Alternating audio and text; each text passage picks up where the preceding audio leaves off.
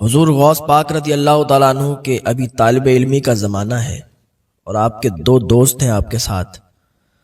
تو اس time Baghdad کے اندر ایک غوث کے نام سے بہت مشہور انسان تھا، وہ اللہ کا ولی تھا. لوگ اس کے پاس آتے تھے، وہ جب چاہتا تھا حاضر ہو جاتا تھا اور جب چاہتا تھا غائب ہو جاتا تھا. تو ایک دن حضور غوث پاک رضی اللہ تعالیٰ عنہ نے ان دونوں دوستوں سے کہا چلو ان سے ملاقات کر کے آتے ہیں.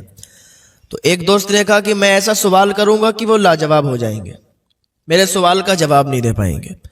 دوسرے نے کہا ہاں مجھے بھی ایسا ہی ارادہ ہے، میں بھی ان سے ایک سوال کروں گا اور ان کو لاجواب کر دوں گا.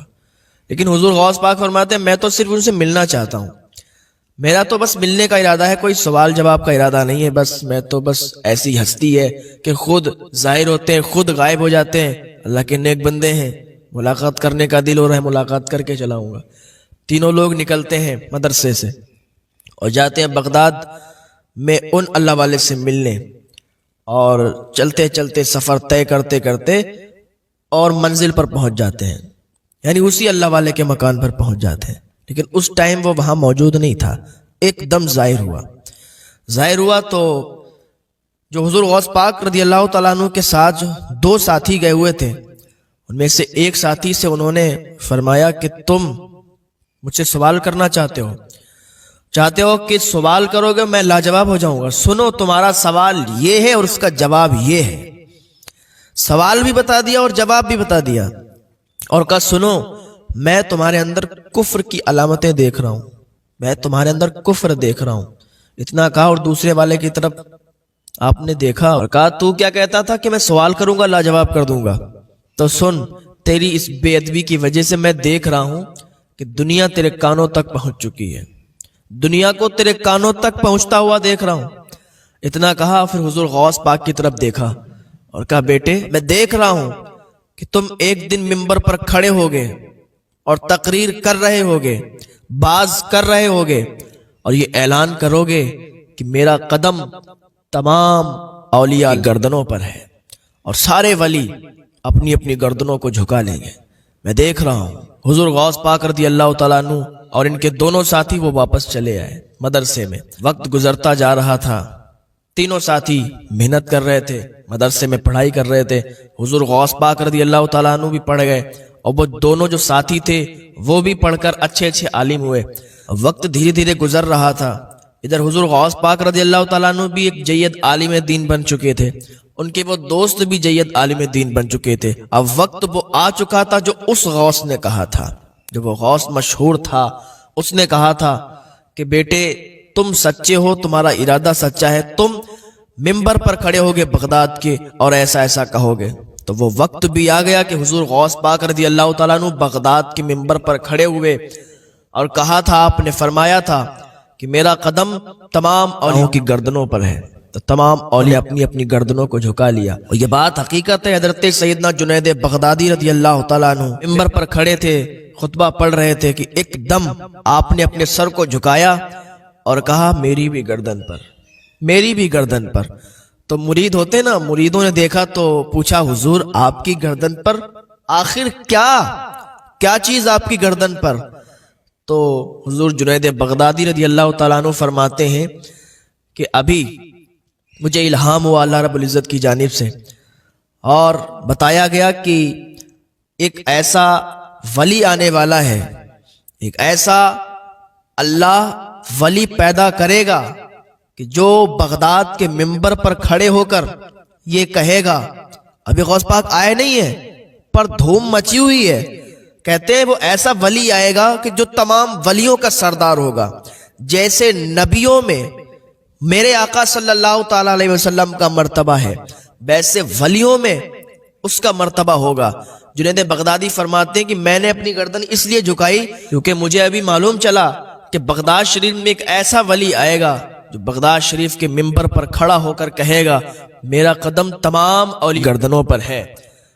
تو میں نے عرض کیا مولا وہ کہے گا تب کہے گا، لیکن جنید ابھی اپنی گردن کو جھکاتا ہے اور کہتا ہے میری بھی گردن پر.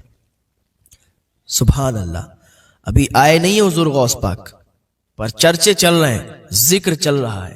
یہ حضور غوث پاک کی شان ہے. تو میں عرض کر رہا تھا کہ وقت آ چکا تھا کہ آپ بغداد کے ممبر پر کھڑے ہو کر کہتے ہیں تو اس غوث کی یہ بات سچ ہوئی۔ اس غوث نے دو باتیں اور کہی تھیں آپ کے دوستوں کے متعلق۔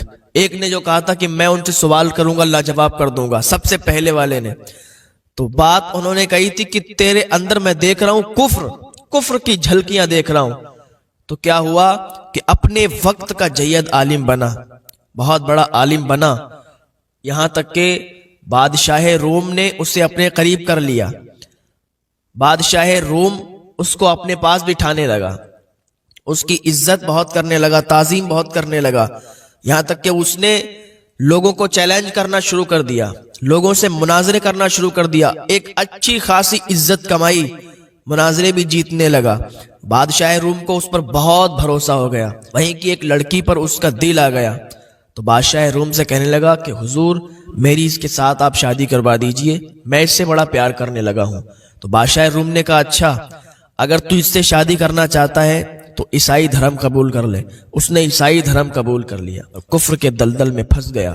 اس غوث کی یہ بات سچ ہو گئی کہ تو کفر کے دلدل میں پھنسے گا، میں تیرے اندر کفر کی جھلکیاں دیکھ رہا ہوں۔ بات ان کی سچ ہوئی۔ اب دوسرے والے کی طرف آئیے، دوسرے والے کے لیے بھی انہوں نے فرمایا تھا کہ میں دنیا کو تیرے کانوں کی طرف دیکھ رہا ہوں، میں تیرے کانوں کے نیچے دنیا کو دیکھ رہا ہوں۔ اس نے بھی بڑی عزت کمائی، بڑا رتبہ اور اتنی عزت کمائی کہ ادھر باز کیا، ادھر تقریر کی، ادھر ادھر مشہور ہو کے اور اتنا رتبہ کما لیا کہ نور الدین زنگی نے اسے حاکم بنا دیا۔ نور الدین زنگی نے اس کی اتنی عزت کی، اپنے پاس بٹھایا اور اپنے بعد اسے حاکم بنا دیا۔ یہ حاکم بن گیا، بادشاہ بن گیا، دنیا اس پر ٹوٹ پڑی، یہ دنیا کے کاموں میں لگ گیا، یعنی دنیا میں گم ہو گیا۔ تو اس غوث کی یہ بات بھی سچ ہو گئی کہ دنیا تیرے کانوں کے نیچے، یہ بات بھی سچ ہو گئی۔ حضور غوث پاک کی شان نرالی ہے۔ حضور غوث پاک رضی اللہ تعالیٰ عنہ کی سیرت تو پڑھیں آپ۔ حضور غوث پاک رضی اللہ تعالیٰ عنہ پر ایسا بھی وقت آیا کہ 1 سال تک آپ نے کھانا نہیں کھایا، 1 سال تک آپ نے پتے کھائے ہیں، اور 1 سال ایسا آیا کہ آپ نے اپنے رب سے وعدہ کیا، اللہ رب العزت سے وعدہ کیا، اے مالک، اے پروردگار، جب تک تو نہیں کھلائے گا، جب تک عبد القادر کھائے گا نہیں، تو کھلائے گا تو کھائے گا، تو پلائے گا تو پیے گا۔ یہاں تک کہ آپ نے نہ کھایا نہ پیا، 1 دن گزرا، 2 دن گزرے، 3 دن گزرے، 10، 15، 20، یہاں تک کہ 40 یا اس سے کچھ کم یا زائد دن گزرے تو حضرت خضر علیہ السلام آئے۔ غوث پاک نے کچھ نہیں کھایا نہ کچھ پیا۔ خضر علیہ السلام آئے، کہا عبد القادر یہ کھا لو، کچھ کھانا ہے، پانی ہے۔ تو حضور غوث پاک نے کہا نہیں، جب تک میرا رب نہیں کھلائے گا جب تک نہیں کھاؤں گا۔ تو خضر علیہ السلام نے کہا یہ تمہارے رب نے ہی تو بھیجا ہے۔ تو اعلیٰ حضرت کی نظر جب اس پر پڑی تو فرماتے ہیں قسم دے دے کے کھلاتا ہے پلاتا ہے تجھے، پیارا اللہ تیرا چاہنے والا تیرا۔